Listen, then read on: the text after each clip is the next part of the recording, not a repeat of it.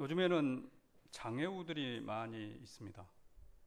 태어날 때부터 선천적인 장애를 가진 사람들이 또 있지만 또 살아가면서 장애를 입어서 불편을 겪는 사람들도 있습니다. 그래서 나라에서는 그들을 돕기 위하여서 여러 가지 복지 혜택을 베풀지요. 세금을 면제해 주기도 하고 물건을 싸게 구입할 수 있도록 그렇게 해 주기도 합니다. 그리고 주차를 해도 출입구 가까운 쪽에서 주차할 수 있도록 그렇게 배려를 하고 있습니다. 그런데 보면은요, 얌체족들이 있습니다. 얌체족들. 건강한 사람들이 장애인 주차 구역에 주차를 하고 있는 것입니다. 그래서 이것은요, 자기가 장애인이라 하는 것을 말하고 있습니다. 장애인 주차 구역에 장애를 하니 장애가 있는 거죠. 육체적인 장애가 아니고 정신적인 장애가 있는 사람들입니다. 우리 성도들은 그러지 마시기를 바랍니다. 지킬 것은 지키는 우리 동명의 성도들 되시기를 바랍니다. 오늘 말씀도 장애우에 대한 말씀입니다. 장애우. 예수님께서 나병 환자를 고쳐주시는 말씀이죠. 오늘 말씀에 보면은 나병 환자가 나옵니다. 당시 나병은 아주 무서운 병이었죠. 지금도 무서운 병입니다. 한때는 문둥병이다 그렇게 부르기도 했고요. 또 하늘에서 내린 벌이라 그래서 천영이다, 천벌이다 이렇게 불렀던 적도 있습니다. 그래서 옛날에 우리 이야기하다가 마음에 안 든 사람이 있으면 에이 천벌을 받아라. 그건요 문둥병에 걸리라 그 말입니다. 아주 무서운 병이 말이죠. 그렇게 사용되었던 그러한 나병입니다. 그래서 이 성경에도 보게 되면은요, 하나님께서도 이 나병에 대하여서 여러 차례 말씀을 하십니다. 구약 성경에 보면은요, 레위기 13장과 14장에는 두 장에 걸쳐서 나병에 대한 이야기를 하세요. 나병에 대하여서 또 나병이 어떻게 나아야 되고 또 나병 나은 사람은 어떻게 해야 되고 하는 것을 말씀하고 있습니다. 그리고 신약 성경에도 보게 되면은요, 나병에 대한 이야기가 이 복음서에만 네 개의 복음서에만 무려 13번에 걸쳐서 반복되어서 나오고 있는 것을 우리는 볼 수가 있습니다. 그리고 마태복음 10장 8절에 보면은요, 예수님께서 제자들을 파송하십니다. 예수님께서 12제자를 세우시고 그 12제자를 파송하실 때 마태복음 10장 8절에 보게 되면은 이렇게 이야기를 하지요. 함께 읽어보겠습니다. 자, 자막 띄워주시고요. 병든 자를 고치며 죽은 자를 살리며 나병 환자를 깨끗하게 하며 귀신을 쫓아내되 너희가 거저 받았으니 거저 주라. 자, 예수님께서 12제자를 세우시고 그들을 파송하시면서 하는 말씀입니다. 병든 자를 고치고 죽은 자를 살리며 나병 환자를 깨끗하게 하며 귀신을 쫓아내되 네 가지를 말씀하시는데 그 가운데서 한 가지가 나병 환자다 하는 거예요. 나병 환자. 이것은 그 당시에 나병 환자가 가지고 있는 중요성, 예수님이 나병 환자에 대한 생각들, 또 그 당시에 나병 환자가 많이 있었다 하는 것이죠. 그래서 제자들을 파송하시면서 그 나병 환자를 고쳐주라라고 당부하고 있는 말씀이다 하는 것입니다. 그렇다면 왜 예수님께서 그러셨을까요? 왜? 당시에 환자들이 많았을 터인데 우리가 알고 있는 대로 38년 된 병자도 있고 중풍병자도 있고 많은 병자들이 있었을 터인데 왜 예수님께서는 12제자를 파송하시면서 야 너희들 가가지고 말이야 제발 나병 환자 좀 고쳐라, 나병 환자 좀 고쳐라 특별하게 당부를 하고 있을까요? 나병 환자에 대한 예수님의 관심이 아닐까 생각을 합니다. 나병 환자를 얼마나 예수님이 관심을 가지고 계셨는지 하는 것을 우리는 이 말씀을 통해서 알 수 있다 하는 것입니다. 지금도 그렇지만은요, 당시 나병은 천벌이라 그랬죠, 천벌. 그런데 나병은요, 정말 무섭습니다. 나병이 어떻게 시작되느냐. 몸에 붉은 반점이 시작되므로 나병이 시작됩니다. 그리고 그 붉은 반점은 이제 얼굴 또 온몸에 퍼지게 되는 거죠. 그런데 그 붉은 반점이 있는 곳에는 감각이 사라진다고 합니다. 감각. 통증을 못 느끼게 되고 마비 증상이 일어나고 그로 인해서 눈썹이 빠지기도 하고 코가 뭉개지기도 하고 손과 발이 손가락과 발가락이 잘려 나가기도 하고 아주 무서운 병입니다. 그래서 나병 환자는요, 그 나병이 주는 통증도 무섭지만 변해가는 자신의 모습들을 보면서 절망 가운데 빠질 수밖에 없다는 것입니다. 변해가는 자신의 외모를 보면서 절망 가운데 빠질 수밖에 없다. 눈썹은 사라지죠. 얼굴은 일그러지죠. 코는 뭉개지죠. 손가락, 발가락은 잘리게 되죠. 그래서 절망에 이르는 병이 바로 이 나병이다 하는 것입니다. 이런 시가 있습니다. 한하운이라고 하는 분이 쓴 시인데요. 이분은 시를 몇 개 썼는데 당신이 나병 환자였습니다. 함경도에 살던 사람인데 이 사람이 나병 환자였어요. 그래서 이 나병과 관계되는 시를 많이 썼습니다. 그 가운데 시 하나가 전라도길이라 하는 시입니다. 전라도길. 나병 판정을 받고 그가 함경도에서 이 전라도로 내려오면서 그 마음을 담은 시가 전라도길입니다. 그래서 부제로는요, 소록도 가는 길이다라고 하는 부제를 달고 있는 시입니다. 이 시를 한번 낭송해 드리겠습니다.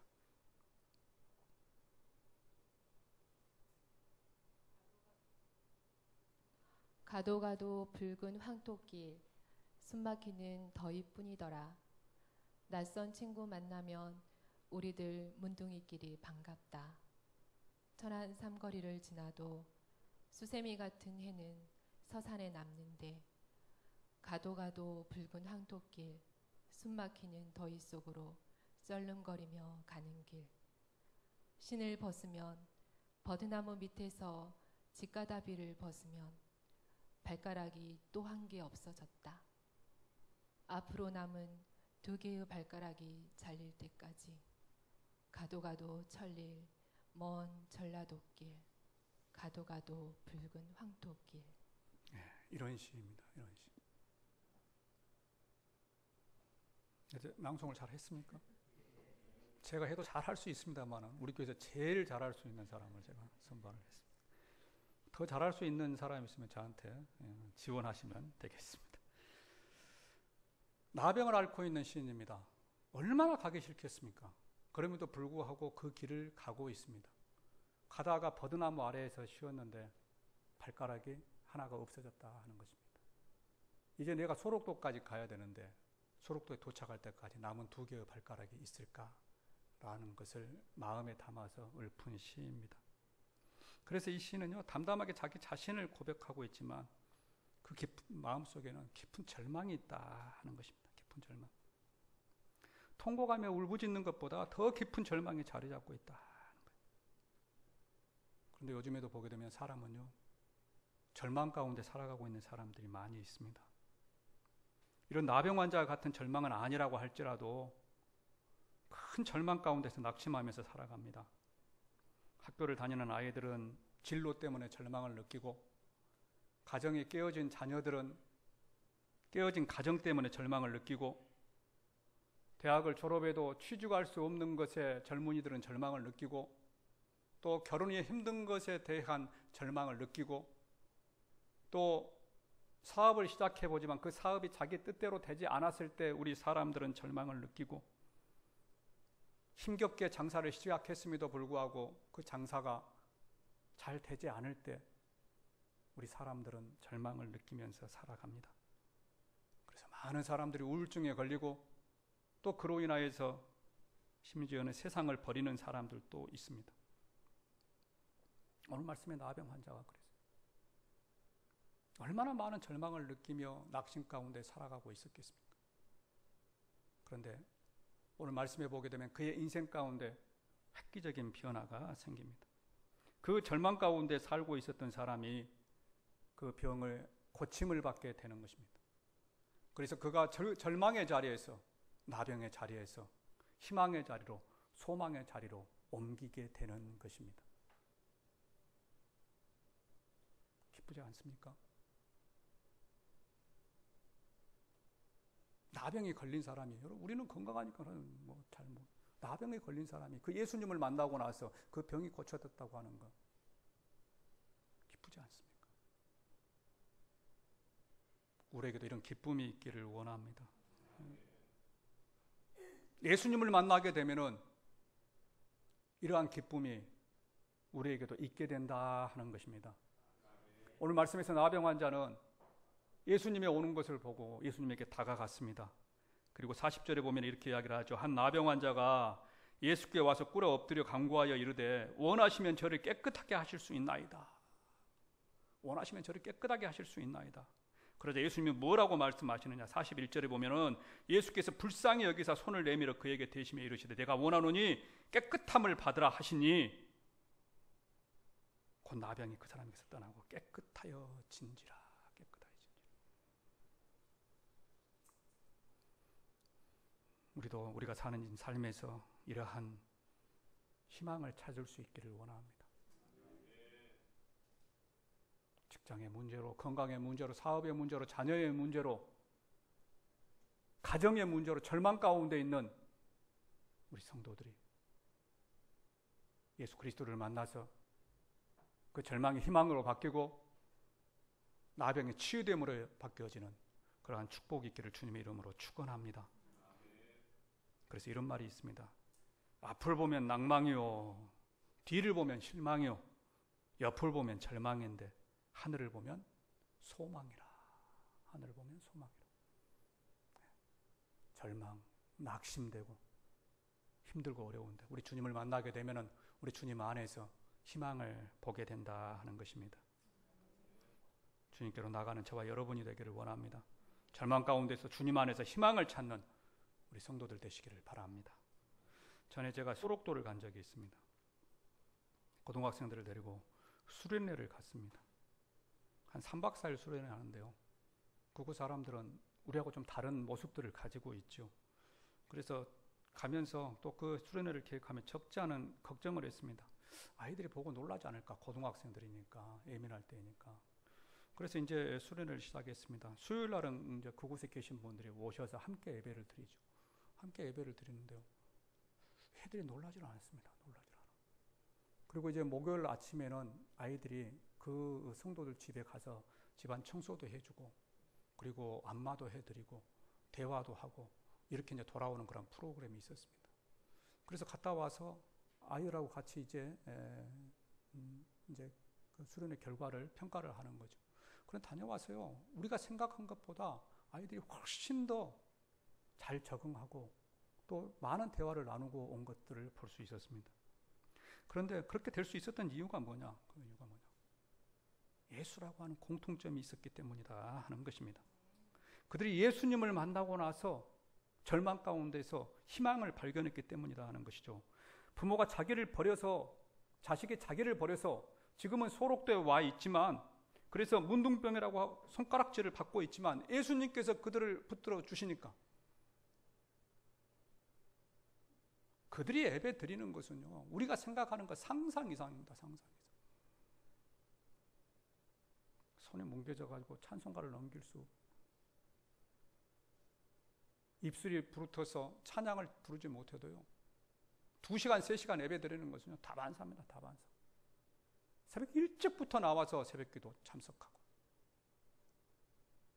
우리 건강한 사람은 도저히 생각해 볼 수 없는, 생각할 수도 없는 일들을 그들은요, 너무 쉽게 하면 너무 쉽게. 왜? 그들 안에 예수 그리스도가 있기 때문에. 나 같은 못된 놈을, 나 같은 못된 년을, 이렇게 손이 뭉그러지고 코가 뭉그러진 이 년을 예수님께서 구원해 주셔서 감사합니다. 그들 기도는 늘 이것밖에 없습니다. 이것밖에 없어. 그리고 자녀를 위하여서 기도하고. 동명의 성도 여러분, 주님께 나간 자에게는 이러한 기쁨이 있을 줄로 믿습니다. 성도 여러분들, 절망 가운데 있다고 한다면은 주님을 통하여서 희망을 발견하는 동명의 성도들 되시기를 주님의 이름으로 축원합니다. 두 번째로 예수님께서 이 나병 환자의 병을 고쳐주신 이유는 그가 하나님께 가까이 갈 수 없었기 때문입니다. 그가 하나님께 가까이 갈 수 없었기 때문입니다.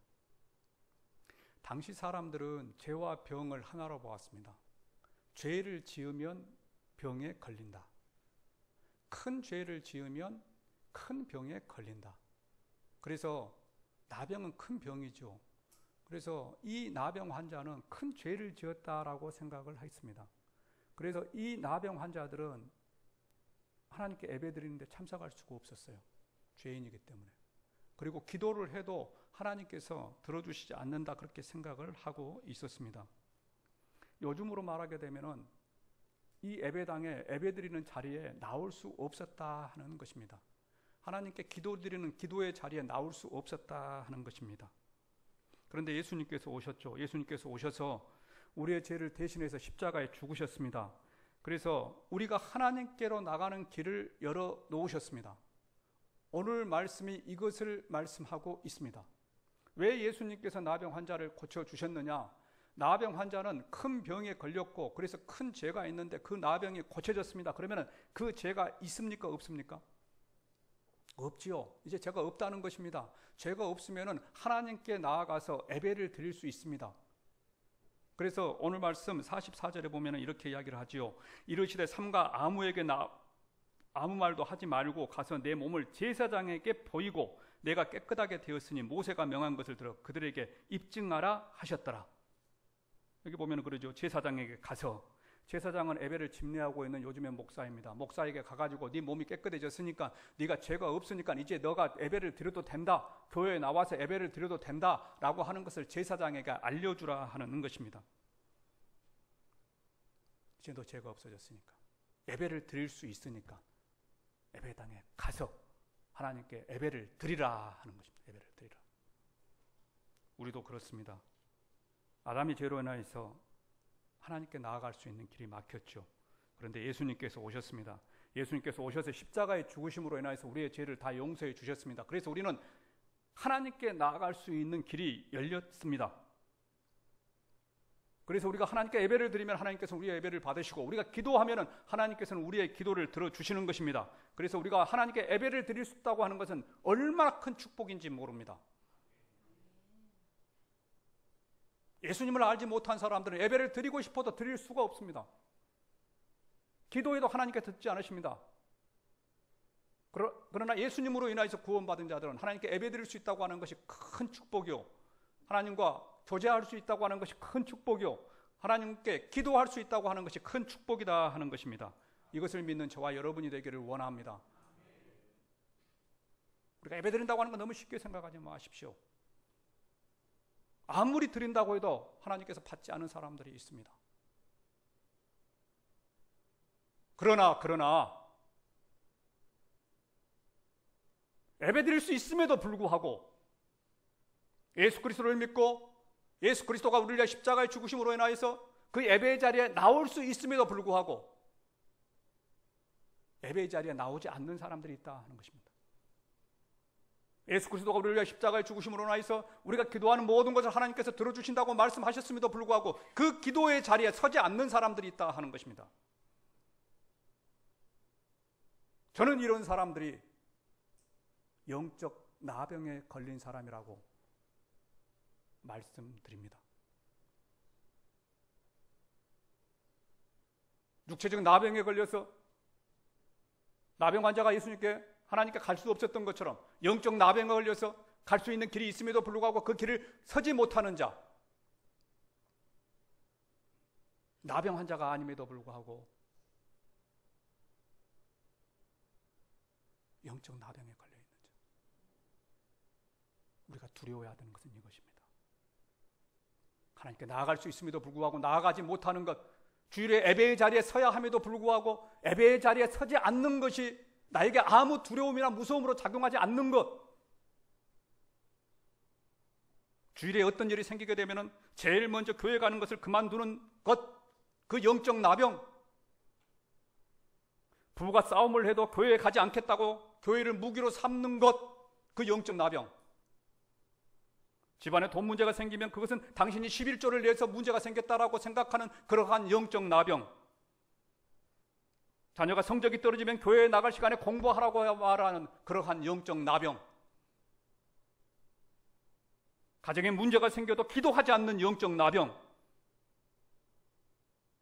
우리는 이 영적 나병을 두려워해야 할 줄로 믿습니다. 육신의 나병을 두려워하고 무서워하는 것이 아니고, 하나님께 나를 구원했음에도 불구하고 하나님께 나가지 못하는 것, 나가지 않아도 마음에 가책이 없는 것, 영적 나병에 걸렸음에도 불구하고 창피한지 모르는 거,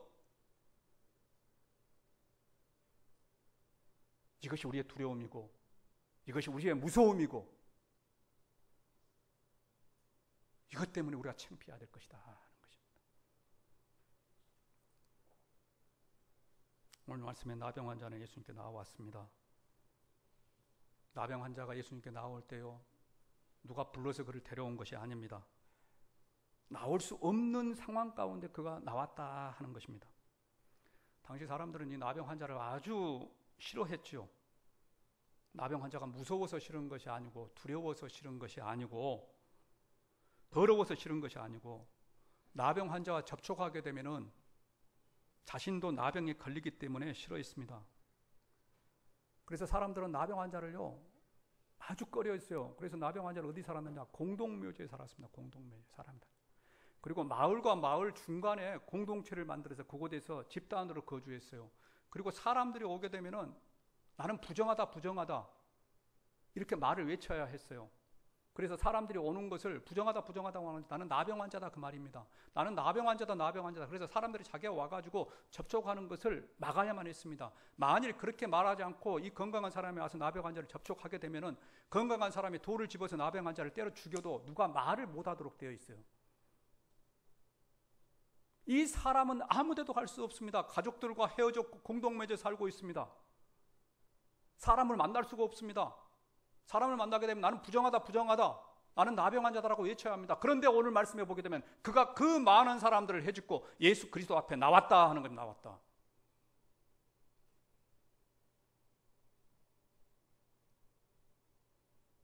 얼마나 많은 갈등이 있었겠습니까? 얼마나 많은 용기가 필요했겠습니까? 예수님을 만나러 가다가 돌에 맞아 죽을 수도 있는데, 사람들이 손가락 치고 내팽개 칠 수도 있는데, 그 많은 사람들, 예수님 앞에 있는 많은 사람들이 인파를 해치고 주님 앞에 나아가서 주여, 주여, 당신이라면 내 병을 고칠 수 있나이다, 고칠 수 있나이다. 이것을 보고 예수님께서 뭐라고 하셨겠습니까? 안 고쳐주시겠습니까? 너 병이 고침을 받았다. 우리가 교회 앞에 나올 때, 예배드리러 나올 때도 우리 주님께서 이렇게 말씀하실 줄로 믿습니다. 도저히 나갈 수 없는 상황, 나병 환자가 나갈 수 없는 것처럼 도저히 나갈 수 없는 상황, 주변에 나갈 수 없는 상황들, 그 많은 상황 가운데서 그것을 해치고 주님 앞에 나올 때에 소자야 안심하라, 내 병 고침을 받았느니라. 우리 주님께서 그렇게 말씀해 주실 줄로 믿습니다. 동명의 성도 여러분, 나는 영적 나병에 걸려있는 것은 아닌가? 예수로 인해서 구원받고 주님 앞에 나갈 수 있는 길이 열렸음에도 불구하고, 예배를 등한시하고 예배에 늦게 나오고 말씀을 봐야 함에도 불구하고 말씀 보지 못하고, 기도해야 함에도 기도하지 못하고, 교회 중직자임에도 불구하고 기도의 자리에 서지 못하는 것, 이것이 정말 우리의 영적 나병이다 하는 겁니다. 영적 나병.